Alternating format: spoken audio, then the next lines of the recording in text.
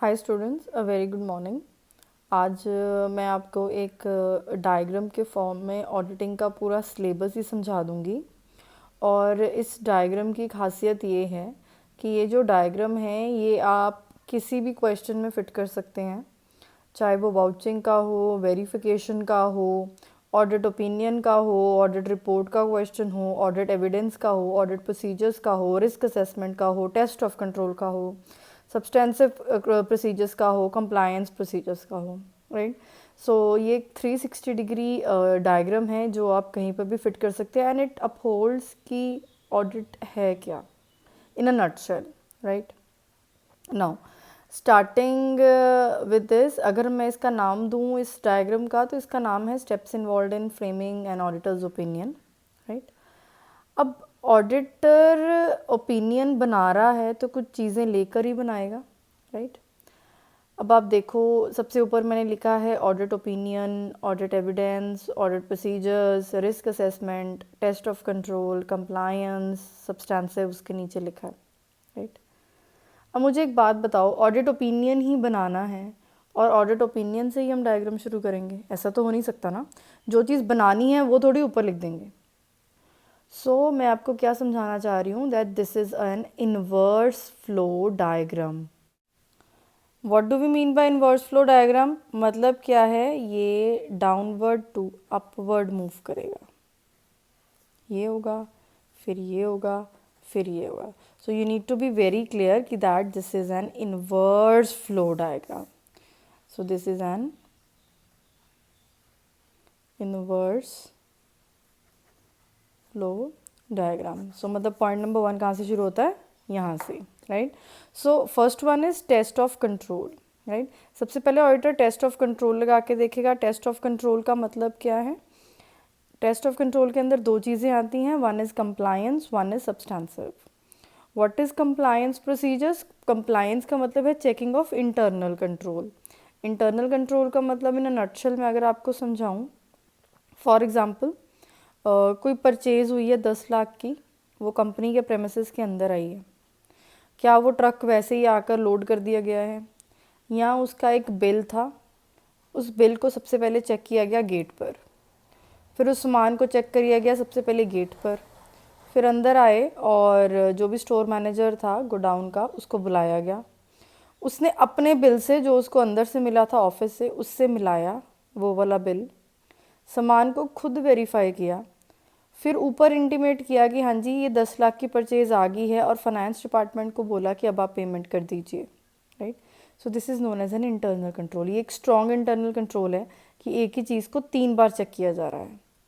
अगर ऐसा हो कि हाँ जी 10 लाख का सामान आया है, चलो जी गोडाउन में रखवा लेते, कोई चेकिंग वगैरह कुछ नहीं है, so that is a weak internal control, right.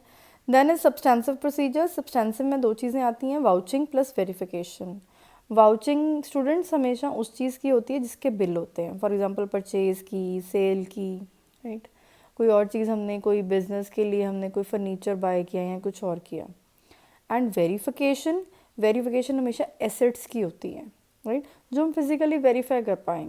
For example आपने बोला कि आपके पास स्टॉक पड़ा है 1 करोड़ का और वो पड़ा है इंदौर में, तो ऑडिटर कई बार सच में भी इंदौर जाएगा और आपके गोडाउन में चेक करके आएगा कि सच में 1 करोड़ का सामान पड़ा भी है या नहीं, राइट। Then is substantive. अब सब्सटेंसिव में दो आते हैं, vouching and verification, and then is analysis of की फाइनेंशियल रेशोज़।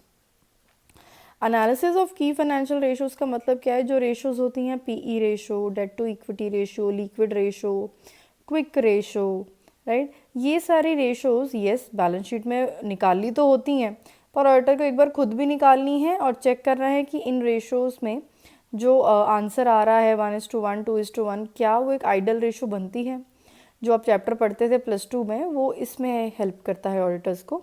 ऑडिटर्स अपने आप रेशोज़ निकालते हैं बैलेंस शीट के फिगर से और फिर चेक करते हैं कि क्या बैलेंस शीट आइडली एक स्ट्रॉन्ग फाइनेंशियल पोजीशन बना रही है या नहीं। Then is risk assessment. अब स्टूडेंट्स, रिस्क असेसमेंट का क्या मतलब है कि ऑडिटर को हमेशा ही एक नई इंडस्ट्री में, एक नई कंपनी में जाना पड़ता है, राइट। अब सारी कंपनीज़ की बैकग्राउंड तो जानता नहीं है वो, तो सबसे पहले जब भी ऑडिटर कंपनी के अंदर ऑडिट करने आएगा तो सबसे पहले वो चेक करेगा कि नेचर ऑफ बिज़नेस क्या है, आपकी पॉलिसीज़ क्या हैं, आपकी प्रोसीजर क्या है, कब से बिज़नेस चल रहा है, अगर वो नया ऑडिटर है तो पुराना ऑडिट कौन करता था, उसने क्यों छोड़ दिया, आपके ने जो प्रोसीजर्स लगाए हुए हैं उनका टाइम, नेचर एंड एक्सटेंट क्या है। ये सारी चीज़ें चेक होती हैं test of control and risk assessment procedures में, राइट। देन इन दोनों का जो अगर मैं एक नटशेल में बोलूँ, risk assessment and substantive procedures, test of control procedures जिसमें कंप्लायंस एंड सब्सटेंसिव आते हैं, इन दोनों का जो आप कह लो हेडिंग है वो बनता है ऑडिट प्रोसीजर। तो अगर आपको पेपर में क्वेश्चन आता है what are audit procedures, so the answer is risk assessment and test of control procedures, जिसके अंडर आते हैं कंप्लायंस एंड सब्सटेंसिव। सब्सटेंसिव के अंदर आते हैं इंटरनल कंट्रोल, कंप्लायंस के अंदर आते हैं इंटरनल कंट्रोल, सब्सटेंसिव के अंदर आते हैं vouching verification and analysis of की financial ratios, and risk assessment के अंदर एक normal understanding of the business. अब ये दोनों, ये ऑडिट प्रोसीजर्स मिलकर क्या बताते हैं, ऑडिट एविडेंस बनाते हैं, क्योंकि ऑब्वियस ही बात है उसने वाउचर्स चेक किए, वेरीफाई किया, उसके पास एविडेंस हुए ना ऑडिट के कि हाँ मैंने सच में ऑडिट किया है नहीं, तो ये प्रोसीजर्स उसके ऑडिट एविडेंस बनाते हैं, और based on such evidences he makes an audit opinion. So this is a 360 degree diagram for audit where you can place it in any question। ये किसी भी क्वेश्चन में फिट हो सकता है ऑडिट के, और ये एक नटशेल में ब्रीफ अंडरस्टैंडिंग है that what actually is audit, कहाँ से शुरू होती है और कहाँ जाके ख़त्म होती है। Thank you.